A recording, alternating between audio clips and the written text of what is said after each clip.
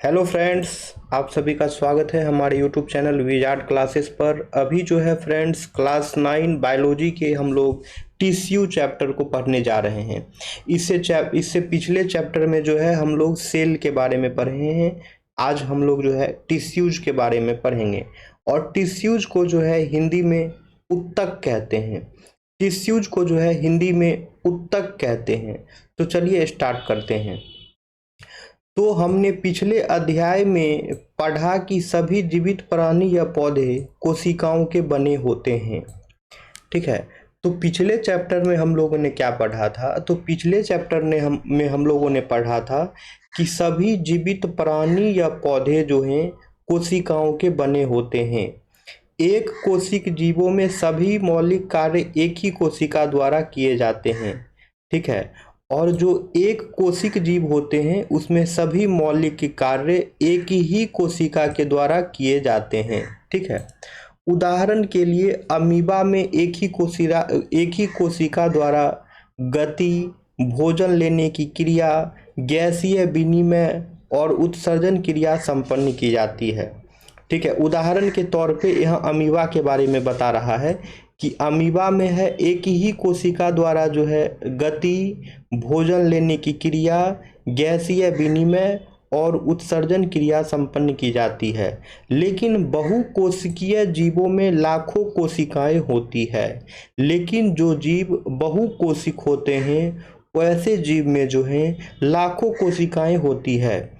इनमें से अधिकतर कोशिकाएं कुछ विशिष्ट कार्यों को ही संपन्न करने में सक्षम होती है और इनमें से जो है अधिकांश कोशिकाएं जो होती है वो कुछ विशिष्ट कार्यों को ही संपन्न करने में सक्षम होती है। प्रत्येक विशेष कार्य कोशिकाओं के विभिन्न समूहों द्वारा किया जाता है। ठीक है। प्रत्येक विशेष कार्य जो है कोशिकाओं के विभिन्न समूहों द्वारा किया जाता है।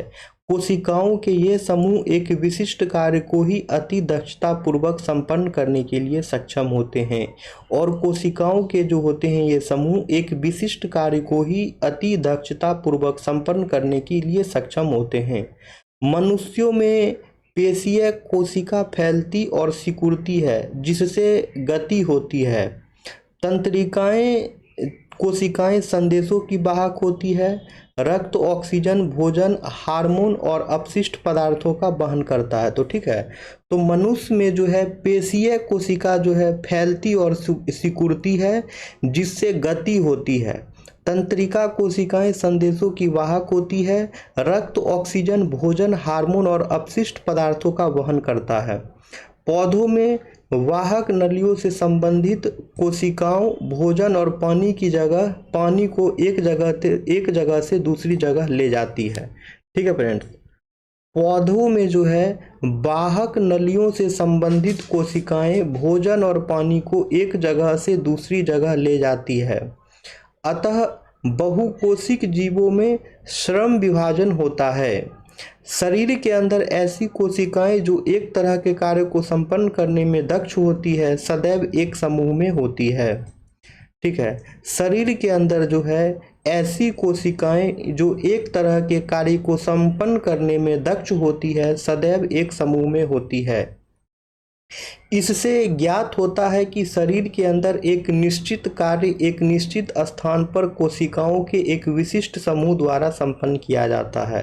ठीक है। तो शरीर के अंदर ऐसी कोशिकाएं जो एक तरह के कार्य को संपन्न करने में दक्ष होती है सदैव एक समूह में होती है।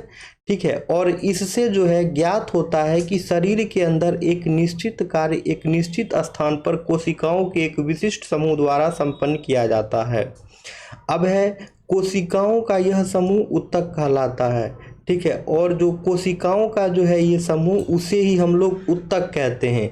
उत्तक कहने का मतलब ये हो गया कि उत्तक को हम लोग इंग्लिश में टिश्यू कहते हैं। ये उत्तक अधिकतम दक्षता के साथ कार्य कर सकने के लिए एक विशिष्ट क्रम में व्यवस्थित होते हैं। ठीक है। ये उत्तक जो है अधिकतम दक्षता के साथ कार्य कर सकने के लिए जो है एक विशिष्ट क्रम में व्यवस्थित होते हैं।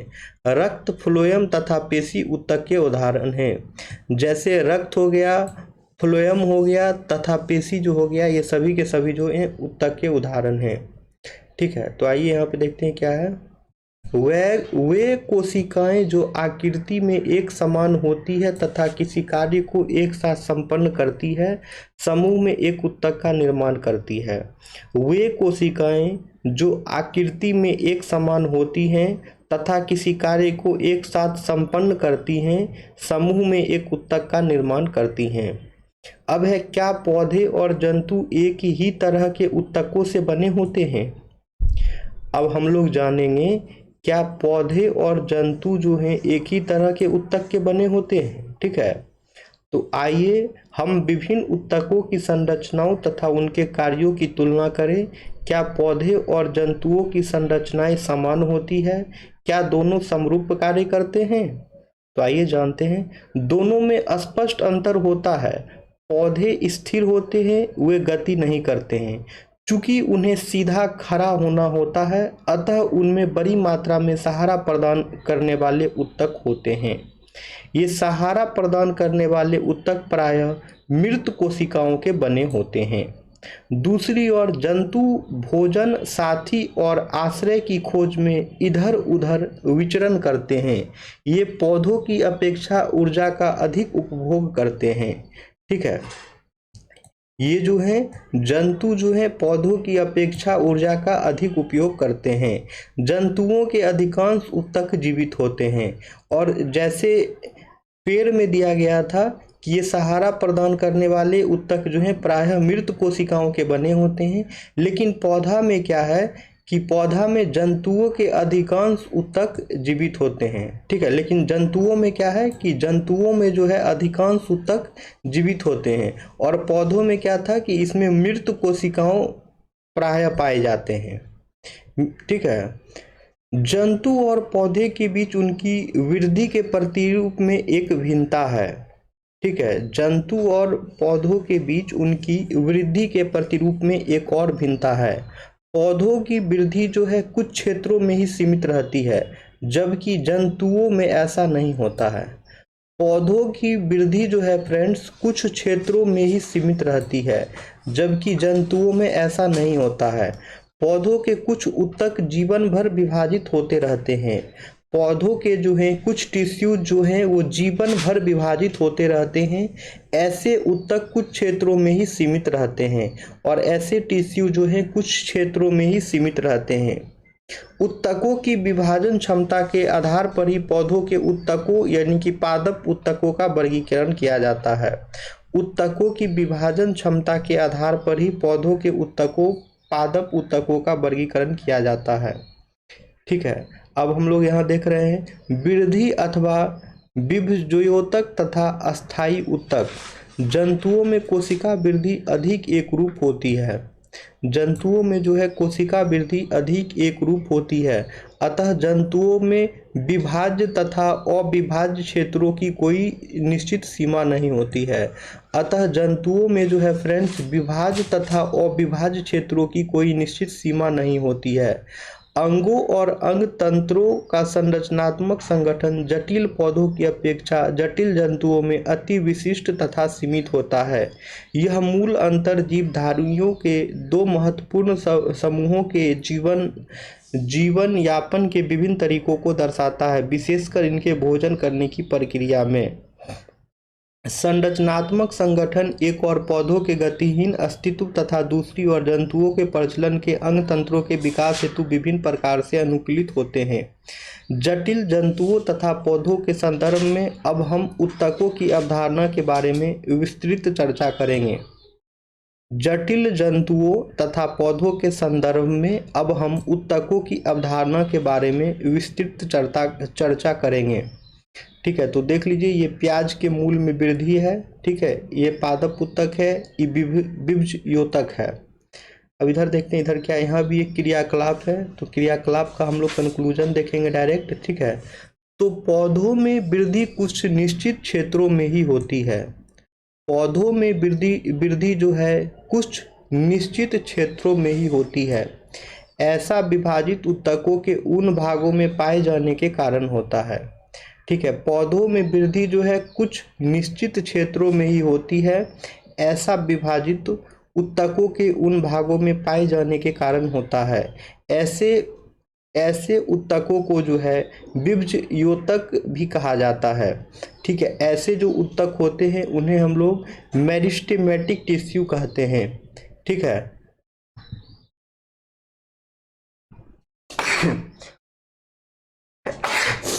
Sorry friends. तो यहाँ पे था कि पौधों में वृद्धि कुछ निश्चित क्षेत्रों में ही होती है। ऐसा विभाजित उत्तकों के उन भागों में पाए जाने के कारण होता है। ऐसे उत्तकों को जो है विभज्योतक यानी कि मेरिस्टेमेटिक टिश्यू कहा जाता है। ठीक है, ऐसे उत्तकों को जो है यानी कि ऐसे टिश्यूज को जो है मेरिस्टेमेटिक टिश्यू भी कहा जाता है। ये विभज्योतक किस भाग में स्थित हैं? विभज्योतक की उपस्थिति वाले क्षेत्रों के आधार पर इन्हें शीर्षस्थ, कैम्बियम, पार्श्वीय तथा अंतर्वृष्ट भागों में वर्गीकृत किया जाता है। विभज्योतक के द्वारा तैयार नई कोशिकाएं प्रारंभ में विभज्योतक की तरह होती हैं, लेकिन जैसे ये बढ़ती और परिपक्व होती हैं इनके गुणों में धीरे धीरे परिवर्तन होता है और ये दूसरे उत्तकों के घटकों के रूप में विभाजित हो जाती है। ठीक है, तो किसी पौधे में विभज्योतक की स्थिति देखिए, तो ये है पार्श्व विभज्योतक, ये है अंतर्वृष्ट विभज्योतक, ये है शीर्षस्थ विभज्योतक। ठीक है, तो प्रोहो के शीर्षस्थ विभज्योतक जड़ों एवं तनों की वृद्धि वाले भाग में विद्यमान रहता है तथा वह इनकी लंबाई में वृद्धि करता है। तने की परिधि या मूल में वृद्धि पार्श्व विभज्योतक यानी कैम्बियम के कारण होती है। ठीक है, तो इसे नोट कर लेना है। तने की परिधि या मूल में वृद्धि जो है, मूल में वृद्धि पार्श्व विभज्योतक यानी कि कैम्बियम के कारण होती है। तने की परिधि या मूल में वृद्धि जो है पार्श्व विभज्योतक ये कैम्बियम यानी कि कैम्बियम के कारण होती है। तो ठीक है, यहाँ पे आप लोग फोटो देख सकते हैं, ये तने का सेक्शन है। ठीक है, तो इसका डायग्राम आप लोग यहाँ देख सकते हैं। अब इधर आते हैं, तो अब है यहाँ पे अंतर्वृष्ट विभज्योतक कुछ पौधों में पर्व संधियों के पास पाए जाते हैं। अंतर्वृष्ट विभज्योतक जो है कुछ पौधों में पर्व संधियों के पास पाए जाते हैं। विभज्योतक की कोशिकाएं अत्यधिक क्रियाशील होती है। विभज्योतक की जो कोशिकाएं हैं अत्यधिक क्रियाशील होती है। उनके पास बहुत अधिक कोशिका द्रव्य, पतली कोशिका भित्ति और स्पष्ट केंद्रक होते हैं। उनके पास रसधानी नहीं होती है। क्या हम सोच सकते हैं कि उनके पास जो है रसधानी क्यों नहीं होती है? आप कोशिकाओं पर आधारित अध्याय में उल्लेखित रसधानियों के कार्यों का संज्ञान ले सकते हैं। अब हम लोग पढ़ेंगे अस्थाई उत्तक। ठीक है फ्रेंड्स, अब जो है हम लोग पढ़ेंगे अस्थाई उत्तक। विभज्योतक द्वारा बनी कोशिकाओं का क्या होता है? ये एक विशिष्ट कार्य करती है और विभाजित होने की शक्ति को खो देती है, जिसके फलस्वरूप वे अस्थाई उत्तक का निर्माण करती है। इस प्रकार एक विशिष्ट कार्य करने के लिए अस्थायी रूप और आकार लेने की क्रिया को विभेदीकरण कहते हैं। विभज्योतक की कोशिकाएं विशिष्टीकृत होकर विभिन्न प्रकार के अस्थायी उत्तक का विकास करती है। ठीक है, तो विभज्योतक की कोशिकाएं जो है विशिष्टीकृत होकर विभिन्न प्रकार के अस्थायी उत्तक का विकास करती है। ठीक है, तो यहाँ पे देखते हैं क्या दिया गया है। अब है सरल अस्थायी उत्तक। ठीक है फ्रेंड्स, अब है सरल अस्थायी उत्तक। तो एपिडर्मिस के नीचे कोशिकाओं की कुछ परतें होती है जिसे सरल अस्थायी उत्तक कहते हैं। ठीक है फ्रेंड्स, एपिडर्मिस के नीचे कोशिकाओं की कुछ परतें होती है जिसे सरल अस्थायी उत्तक कहते हैं। पैरेन्काइमा सबसे अधिक पाया जाने वाला सरल अस्थायी उत्तक है।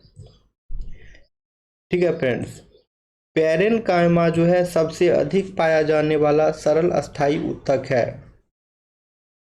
यह पतली कोशिका भित्ति वाली सरल कोशिकाओं का बना होता है।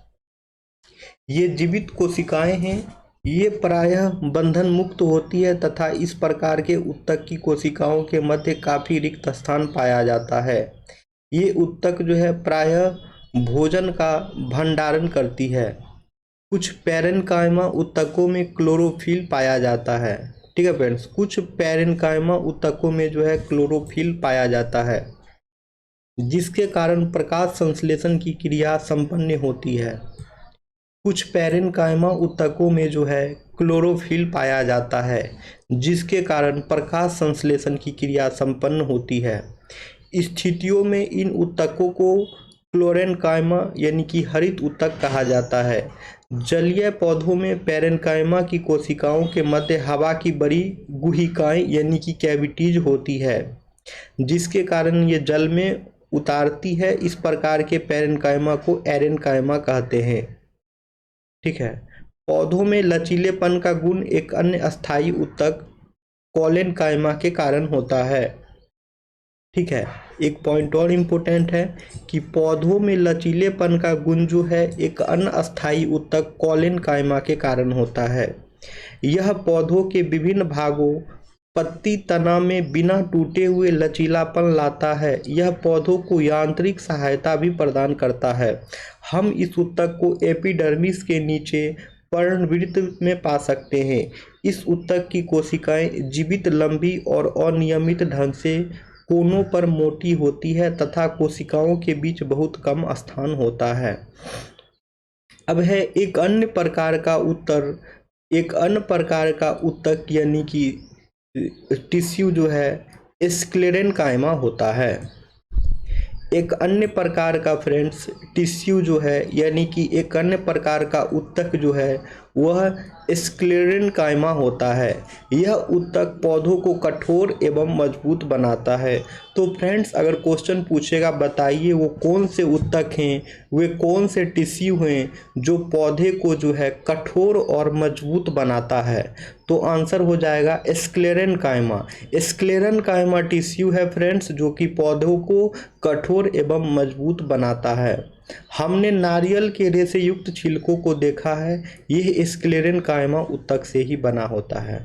ठीक है फ्रेंड्स, जैसा कि हम लोग जो है नारियल का जो रेशा युक्त छिलका है उसे भी हम लोग देखे हैं, तो ये जो है स्क्लेरेन्काइमा ऊतक से बना होता है और इस ऊतक की कोशिकाएं मृत होती है। स्क्लेरेन्काइमा ऊतक की कोशिकाएं जो है फ्रेंड्स वो जो है मृत होती है। ये लंबी और पतली होती हैं क्योंकि इस ऊतक की भित्ति लिग्नन के कारण मोटी होती है। ये भित्तियां प्रायः इतनी मोटी होती हैं कि कोशिकाओं के भीतर कोई आंतरिक स्थान नहीं होता है। ठीक है, तो चित्र 6.4 में कह रहा है कि यहाँ पे डायग्राम है, आप लोग डायग्राम को देख सकते हैं। ये सी का जो 1 है, सी फिगर जो है स्क्लेरेन्काइमा का है। C1 में है अनुप्रस्थ सेक्शन और C2 में जो है वो है अनुदैर्ध्य सेक्शन। ठीक है, तो आते हैं अब हम लोग यहाँ पे। तो यह ऊतक तने में संवहन बंडल के समीप पत्तों की सिराओं में तथा बीजों और फलों के कठोर छिलकों में उपस्थित होता है। ये पौधों के भागों को मजबूती प्रदान करता है। तो स्क्लेरेन्काइमा के बारे में ये सब बता रहा है। अब हम लोग आते हैं नेक्स्ट। तो यहाँ पे एक क्रियाकलाप हुआ है, उसी क्रियाकलाप का कंक्लूजन है। तो पढ़िए यहाँ पे, जो आप देख रहे हैं वह कोशिकाओं की सबसे बाहरी परत जो है एपिडर्मिस है। एपिडर्मिस प्रायः कोशिकाओं के परत की बनी होती है और एपिडर्मिस जो है फ्रेंड्स वह प्रायः जो है कोशिकाओं के एक परत की बनी होती है। शुष्क स्थानों पर मिलने वाले पादपों में एपिडर्मिस मोटी हो सकती है, जो जल के क्षय से बचाव हेतु महत्वपूर्ण है। पौधे की जो पूरी सतह एपिडर्मिस से ढकी रहती है। ठीक है, पौधे की जो है पूरी सतह फ्रेंड्स एपिडर्मिस से ढकी होती है। यह पौधों के सभी भागों की रक्षा करती है। एपिडर्मल कोशिकाओं पौधों को बाह्य सतह पर प्रायः एक मोम जैसी जल प्रतिरोधी परत बनाती है।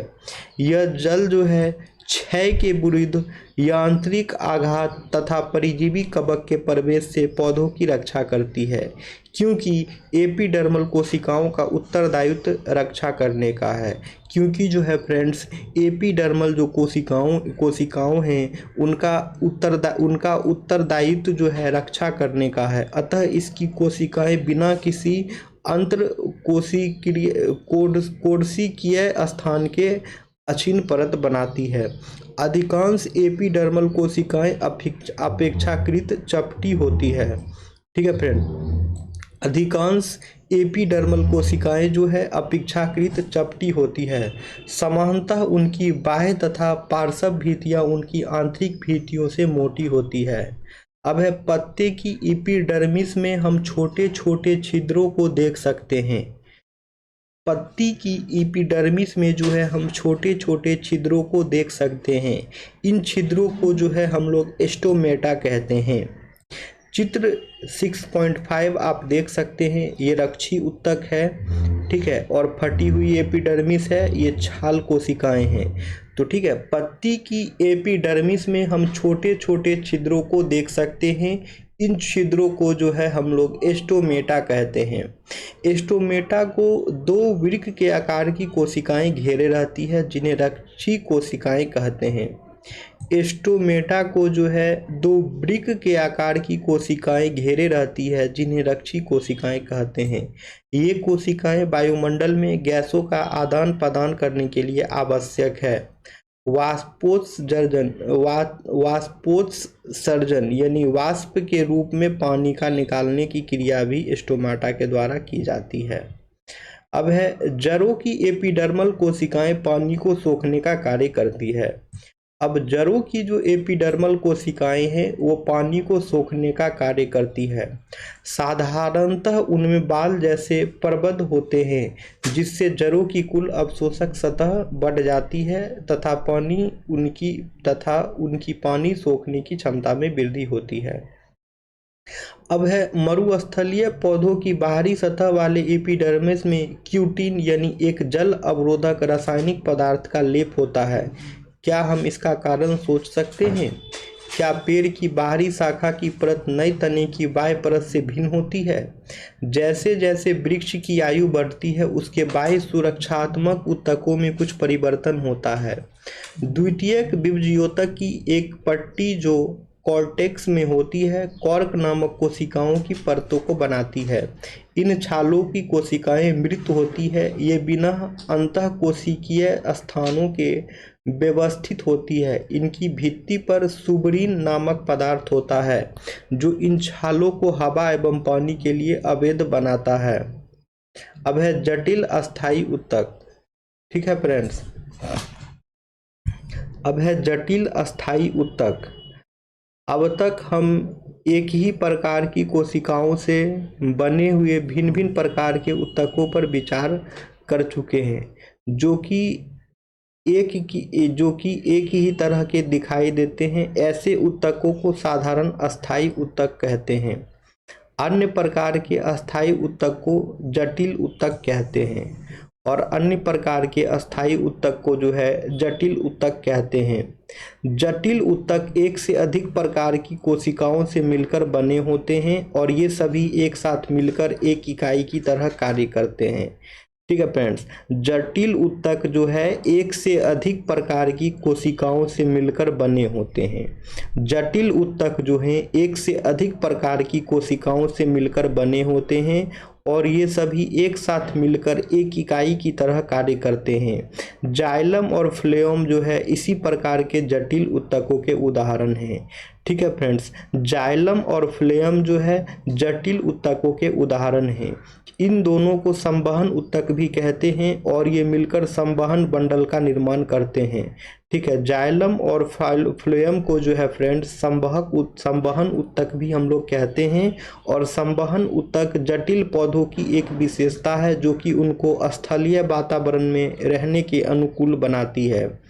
तो चित्र 6.3 में तने का एक भाग दिखाया गया है। क्या हम संवहन बंडल में मौजूद विभिन्न प्रकार की कोशिकाओं को देख सकते हैं?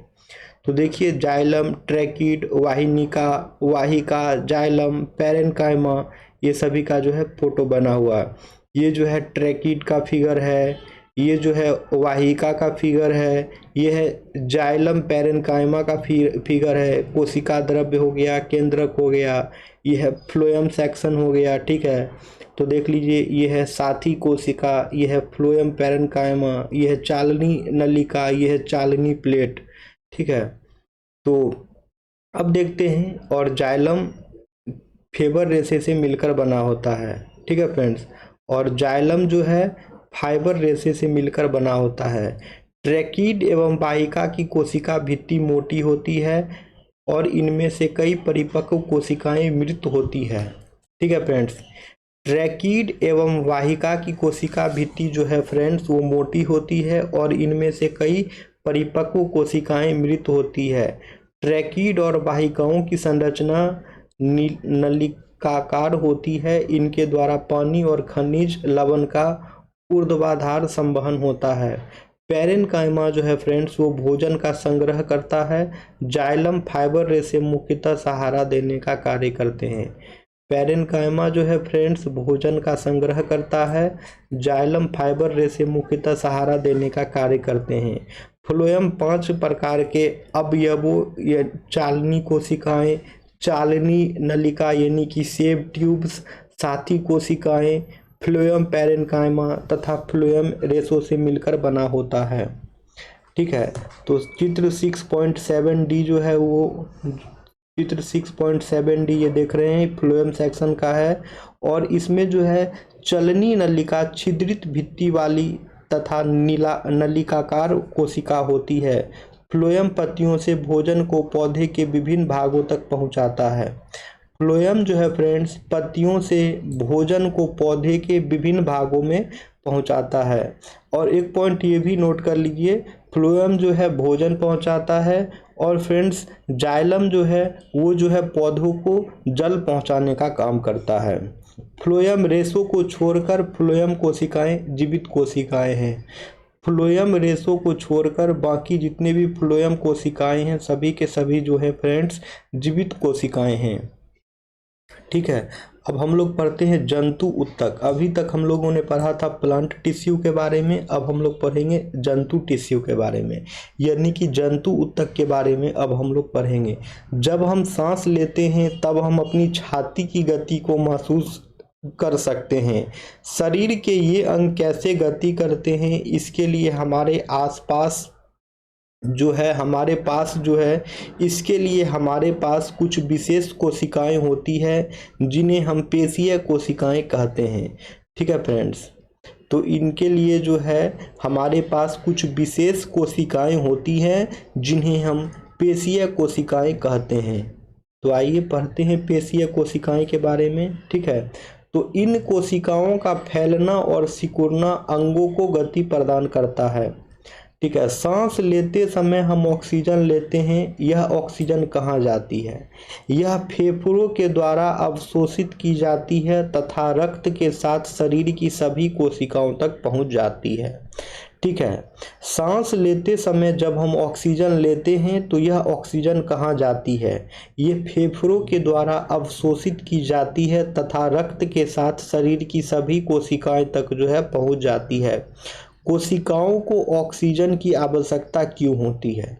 अब है कोशिकाओं को जो है ऑक्सीजन की आवश्यकता क्यों होती है?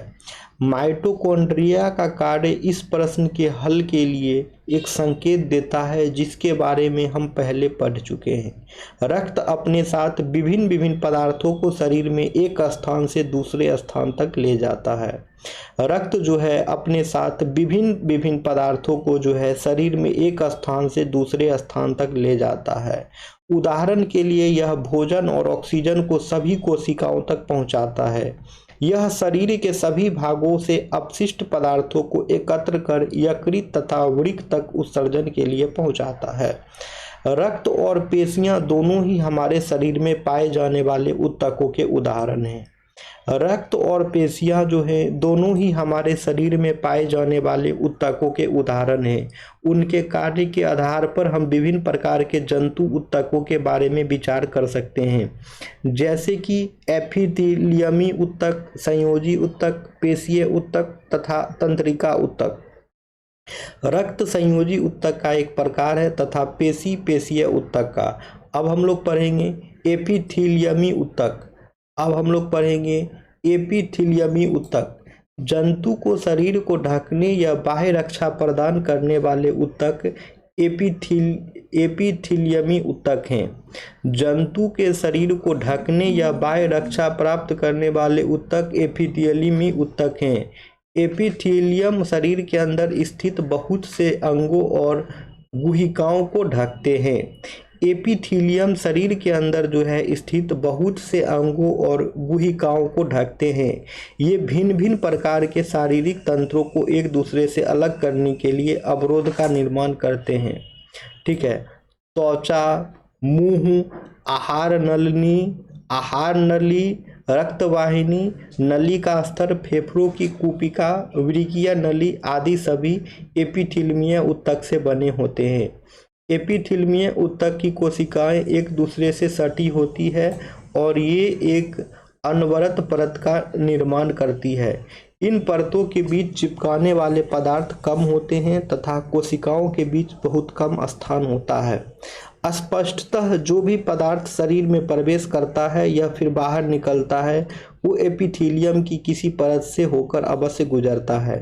ऐसे फलस्वरूप विभिन्न प्रकार की एपिथीलियमी कोशिकाओं के बीच प्रागम्यता शरीर तथा बाहरी वातावरण और शरीर के विभिन्न अंगों के बीच पदार्थों के आदान प्रदान में महत्वपूर्ण भूमिका निभाती है। सामान्यतः सभी एपिथीलियमों को एक बाह्य रेशेदार आधार झिल्ली उसे नीचे रहने वाले ऊतकों से अलग करती है। चित्र 6.9 में दर्शाए अनुसार विभिन्न एपिथीलियम की संरचनाएं विभिन्न प्रकार की होती है जो अनेक कार्यों पर निर्भर करती है। उदाहरण के लिए कोशिकाओं में रक्त नलिका स्तर या कूपिका, जहां पदार्थों का संवहन वर्णनात्मक परागमय झिल्ली द्वारा होता है, वहां पर चपटी एपिथीलियमी ऊतक कोशिकाएं होती है। इनको सरल सल्की एपिथीलियम कहते हैं। ये अत्यधिक पतली और चपटी होती हैं तथा कोमल स्तर का निर्माण करती है। आहार नली तथा मुंह का अस्तर जो है सल्की एपिथीलियम से ढका होता है। शरीर का रक्षात्मक कवच अर्थात त्वचा इन्हीं एपिथीलियम से बनी होती है। ठीक है फ्रेंड्स, शरीर का जो है रक्षात्मक कवच अर्थात त्वचा जो है इन्हीं सल्की एपिथीलियम से बनी होती है। त्वचा की एपिथीलियमी कोशिकाएं इनको कटने तथा फटने से बचाने के लिए कई परतों में व्यवस्थित होती है। चूँकि ये कई परतों के पैटर्न में व्यवस्थित होती है, इसलिए इन एपिथीलियम को सत्रित सल्की एपिथीलियम कहते हैं। जहां अवशोषण और स्राव होता है, जैसे आंत के भीतरी स्तर लाइनिंग में, वहां लंबी एपिथीलियमी कोशिकाएं मौजूद होती है। यह स्तंभाकार एपिथीलियमी अवरोध को पार करने में सहायता प्रदान करती है। श्वास नली में स्तंभाकार एपिथीलियमी ऊतक में पक्षमाभ सीलिया होते हैं, जो कि एपिथीलियमी ऊतक की कोशिकाओं की सतह पर बाल जैसी रचनाएं होती है। ये पक्षमाभ गति कर सकते हैं तथा इनकी गति श्लेष्मा को आगे स्थानांतरित करके साफ करने में सहायता करती है। इस प्रकार के एपिथीलियम को पक्षमाभी स्तंभाकार एपिथीलियम कहते हैं और इस प्रकार के एपिथीलियम को जो है हम लोग पक्षमाभी स्तंभाकार एपिथीलियम कहते हैं। घनाकार एपिथीलियम वृक्कीय नली तथा लार ग्रंथि की नली के स्तर का निर्माण करता है, जहां यह उसे यांत्रिक सहारा प्रदान करता है। ये एपिथीलियम कोशिकाएं प्रायः ग्रंथि कोशिका के रूप में अतिरिक्त विशेषता अर्जित करती है, जो एपिथीलियमी ऊतक की सतह पर जो है पदार्थों का स्राव कर सकती है। कभी कभी जो है एपिथीलियमी ऊतक का कुछ भाग अंदर की ओर मुड़ा होता है तथा एक बहुकोशिक ग्रंथि का निर्माण करता है। यह ग्रंथिल एपिथीलियम कहलाता है। अब हम लोग पढ़ेंगे फ्रेंड्स संयोजी ऊतक। रक्त एक प्रकार का जो है संयोजी ऊतक है। इसे संयोजी ऊतक क्यों कहते हैं, इस अध्याय की भूमिका में इस संबंध में एक संकेत दिया गया है। आइए अब हम इस तरह के ऊतक के बारे में विस्तृत जानकारी लें। संयोजी ऊतक की कोशिकाएं जो है आपस में कम जुड़ी होती है और अंतर कोशिकीय अधात्री यानी कि मैट्रिक्स में धंसी होती है। यह अधात्री जेली की तरह तरल, सघन या कठोर हो सकती है। अधात्री की प्रकृति विशिष्ट संयोजी ऊतक के कार्य के अनुसार बदलती रहती है। ठीक है। रक्त के तरल आधात्री भाग को प्लाज्मा कहते हैं। रक्त के तरल आधात्री भाग को जो है प्लाज्मा कहते हैं। प्लाज्मा में लाल रक्त कोशिकाएं, श्वेत रक्त कोशिकाएं तथा प्लेटलेट्स निलंबित होते हैं। तो प्लाज्मा में क्या होता है? प्लाज्मा में आरबीसी, डब्ल्यूबीसी और प्लेटलेट्स जो है ये सभी इसमें जो है निलंबित होते हैं। प्लाज्मा में प्रोटीन, नमक तथा हार्मोन भी होते हैं। और फ्रेंड्स, प्लाज्मा में जो है प्रोटीन होते हैं, नमक होते हैं और हार्मोन भी होते हैं। रक्त गैसों, शरीर के पचे हुए भोजन, हार्मोन और उत्सर्जी पदार्थों को शरीर के एक भाग से दूसरे भाग में संवहन करता है। ठीक है फ्रेंड्स। और रक्त गैसों, शरीर के पचे हुए भोजन, हार्मोन और उत्सर्जी पदार्थों को शरीर के एक भाग से दूसरे भाग में संवहन करता है। ठीक है फ्रेंड्स, तो ये हमारा फिगर हो गया। अब यहाँ पे देख लीजिए, वही है संयोजी ऊतकों के प्रकार, विभिन्न रक्त कणिकाएं, सहंत अस्थि, काचाभ, उपाशित, वसामय ऊतक, एरिओलर ऊतक, इस सभी के बारे में यहाँ पे है। अब हम लोग पढ़ेंगे अस्थि संयोजक ऊतक का एक अन्य उदाहरण है। यह पंजर का निर्माण कर शरीर को आकार प्रदान करती है। यह मांसपेशियों को सहारा देती है और शरीर के मुख्य अंगों को सहारा देती है। यह ऊतक मजबूत और कठोर होता है। अस्थि कार्यों के लिए जो है इन गुणों के क्या उपयोग है? अस्थि कोशिकाएं जो है कठोर अधात्री में धसी होती है जो कैल्शियम तथा फास्फोरस से बनी होती है। दो अस्थियां आपस में जो है एक दूसरे से एक अन्य संयोजी ऊतक, जिसे स्नायु यानी कि अस्थि बंधन तंतु कहते हैं, से जुड़ी होती है। यह ऊतक बहुत लचीला एवं मजबूत होता है। स्नायु में अधात्री बहुत कम होती है और अस्थियों को अस्थियों से जोड़ती है। एक अन्य प्रकार का संयोजी ऊतक कंडरा, जिसे हम लोग टेंडन कहते हैं, जो अस्थियों से मांसपेशियों को जोड़ता है। कंडरा मजबूत तथा सीमित लचीलेपन वाले रेशेदार ऊतक हैं। कंडरा जो है फ्रेंड्स मजबूत तथा सीमित लचीलेपन वाले रेशेदार ऊतक होते हैं। अब है उपाशित यानी कि कार्टिलेज। ये एक अन्य प्रकार का संयोजी ऊतक होता है। कार्टिलेज जो है फ्रेंड्स ये एक अन्य प्रकार का संयोजी ऊतक होता है जिसमें कोशिकाओं के बीच पर्याप्त स्थान होता है। ठीक है।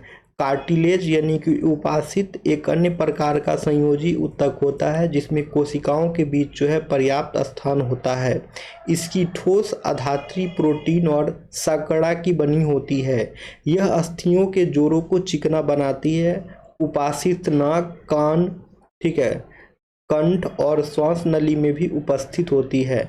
हम कान की उपाशित कार्टिलेज को मोड़ सकते हैं परंतु हाथ की अस्थि को नहीं। सोचिए ये दो ऊतक किस प्रकार भिन्न हैं। अब है एरिओलर संयोजी ऊतक। त्वचा और मांसपेशियों के बीच रक्त नलिका के चारों ओर तथा नसों और अस्थि मज्जा में पाया जाता है। यह अंगों के भीतर की खाली जगह को भरता है, आंतरिक अंगों को सहारा प्रदान करता है और ऊतकों की मरम्मत में सहायता करता है। हमारे शरीर में वसा कहाँ संचित होता है? वसा का संग्रह करने वाला वसामय ऊतक त्वचा के नीचे आंतरिक अंगों के बीच पाया जाता है। इस ऊतक की कोशिकाएं वसा की गोलिकाओं से भरी होती है। वसा संग्रहित होने के कारण यह ऊष्मीय कुचालक का कार्य भी करता है। ठीक है। तो अब हम लोग पढ़ेंगे पेशीय ऊतक के बारे में। अब जो है हम लोग फ्रेंड्स पढ़ेंगे पेशीय ऊतक के बारे में। पेशीय ऊतक लंबी कोशिकाओं का बना होता है जिसे पेशीय रेशा यानी मसल फाइबर भी कहा जाता है। ठीक है फ्रेंड, पेशीय ऊतक जो है लंबी कोशिकाओं का बना होता है जिसे पेशीय रेशा यानी कि मसल फाइबर भी कहा जाता है।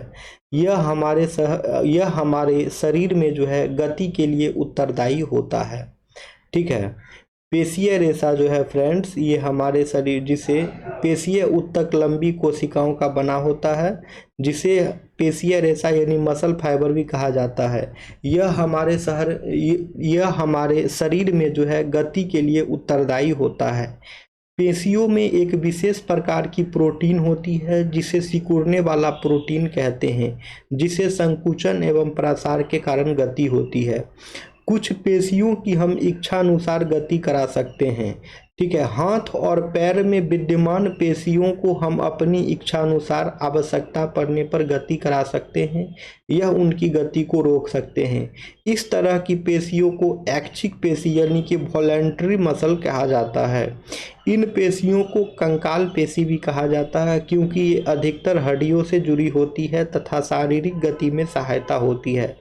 सूक्ष्मदर्शी पर से देखने पर ये पेशियां हल्के तथा गहरे रंग में एक के एक बाद एक रेखाओं या धारियों की तरह प्रतीत होती है। इसी कारण इसे रेखित पेशी भी कहते हैं। इस ऊतक की कोशिकाएं लंबी, बेलनाकार, शाखारहित और बहुनाभीय होती है। ठीक है, आहार नली में भोजन का प्रवाह या रक्त नलिका का प्रसार एवं संकुचन जैसी गतियां ऐच्छिक नहीं है। ठीक है, क्या है यहाँ पे, आहार नली में भोजन का प्रवाह, यह रक्त नलिका का प्रसार एवं संकुचन जो है जैसी गतियां ऐच्छिक नहीं है। इन गतिविधियों को हम स्वयं संचालित नहीं कर सकते हैं, अर्थात हम इन गतियों को इच्छानुसार प्रारंभ या बंद नहीं कर सकते हैं। चिकनी पेशियां अथवा अनैच्छिक पेशियां इनकी गति को नियंत्रित करती है। ये आँख की पलक, मूत्रवाहिनी और फेफड़ों की श्वसनी में भी पाया जाता है। कोशिकाएं लंबी और इनका आखिरी सिरा नुकीला यानी कि तर्क रूपी स्पिंडल शेप्ड होता है। यह एक केंद्रीकीय होती है। इनको आरेखित पेशी भी कहा जाता है। इनका नाम आरेखित क्यों है? हृदय की पेशियां जीवन भर लयबद्ध होकर प्रसार एवं संकुचन करती है। इन अनैच्छिक पेशियों को कार्डिक यानी कि हृदय पेशी कहा जाता है। ठीक है, चित्र 6.11c में जो है हृदय की पेशी कोशिकाएं बेलनकार शाखाओं वाली और एक केंद्रक होती है।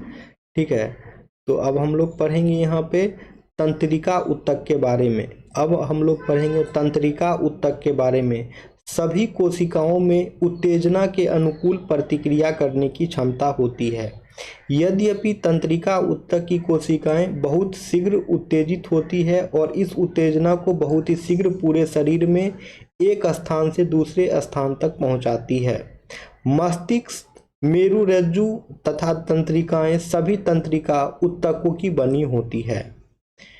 तंत्रिका ऊतक की कोशिकाओं को तंत्रिका कोशिका या न्यूरॉन कहा जाता है। तंत्रिका ऊतक की जो कोशिकाएं होती है उसे हम लोग तंत्रिका कोशिका या फिर न्यूरॉन कहते हैं। न्यूरॉन में जो है कोशिकाएं केंद्रक तथा कोशिका द्राव यानी कि साइटोप्लाज्म होते हैं। इससे लंबे पतले बालों जैसी शाखाएं निकली होती है।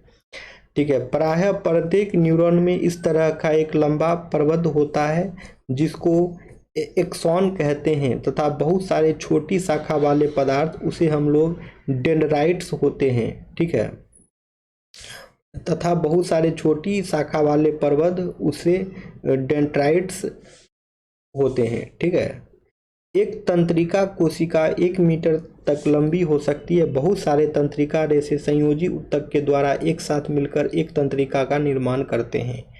तंत्रिका रेशे से गुजरने वाली संवेदना को तंत्रिका स्पंदन कहते हैं। तंत्रिका का स्पंदन हमें इच्छानुसार अपनी पेशियों की गति करने में सहायता करता है। तंत्रिका तथा पेशीय ऊतकों का कार्यात्मक संयोजक जो है प्रायः सभी जीवों में मौलिक है। साथ ही यह संयोजन जो है उत्तेजना के अनुसार जंतुओं के गति प्रदान करता है। अब हम लोग देखेंगे कि इस चैप्टर ने हम लोगों ने क्या सीखा। ठीक है, तो आइए। ऊतक कोशिकाओं का समूह होता है जिसमें कोशिकाओं की संरचना तथा कार्य एक समान होते हैं। पौधों के ऊतक यानी कि पादप ऊतक 2 प्रकार के होते हैं, बीजयोतक तथा अस्थायी ऊतक। अब है बीजयोतक जिसे हम लोग मेरिस्टेमेटिक ऊतक का एक विभाज्य ऊतक है तथा यह पौधों के वृद्धि वाले क्षेत्रों में पाए जाते हैं। अस्थायी ऊतक जो है बीजयोतक से बनते हैं जो एक बार विभाजित होने की क्षमता को खो देते हैं। इनको सरल तथा जटिल ऊतकों में वर्गीकृत किया जाता है। अब है पैरेन्काइमा, कोलेन्काइमा तथा स्क्लेरेन्काइमा। सरल ऊतकों के 3 प्रकार हैं। ठीक है, पैरेनकाइमा, कॉलिनकाइमा और स्क्लेरेनकाइमा जो है ये सरल ऊतकों के 3 प्रकार हैं। जाइलम फ्लोएम जो है जटिल ऊतकों के प्रकार हैं। एपिथीलियमी पेशीय संयोजी तथा तंत्रिका ऊतक जंतु ऊतक होते हैं। आकृति और कार्य के आधार पर एपिथीलियमी ऊतक को सल्की, घनाकार, स्तंभाकार, रोमीय तथा ग्रंथिल श्रेणियों में वर्गीकृत किया जाता है। हमारे शरीर में विद्यमान संयोजी ऊतक के विभिन्न प्रकार हैं।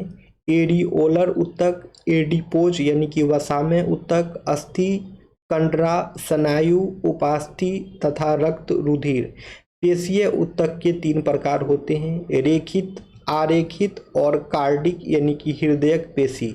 पेशीय ऊतक के 3 प्रकार होते हैं। रेखित, आरेखित और कार्डिक हृदयक पेशी। ठीक है। तंत्रिका ऊतक न्यूरॉन का बना होता है जो संवेदना को प्राप्त और संचालित करता है। तो ठीक है, अब यहाँ पे क्वेश्चंस है। उसके बाद अब हमारा चैप्टर जो है इंड हो चुका है। ठीक है, तो इस तरह के और भी चैप्टर्स हमारे यूट्यूब चैनल पे अभी कंटिन्यू आते रहेंगे एनसीईआरटी सीरीज के। तो जो भी लोग नए हैं चैनल पे और एनसीईआरटी का वीडियो देखना चाहते हैं तो वो लोग चैनल को सब्सक्राइब कर लेंगे ताकि आने वाले वीडियो का नोटिफिकेशंस जो है फ्रेंड्स आप सभी को मिलता रहे। ठीक है फ्रेंड्स, तो चलिए सेशन को एंड करते हैं, फिर हम लोग जो है मिलेंगे नेक्स्ट वीडियो में। Thank you everyone.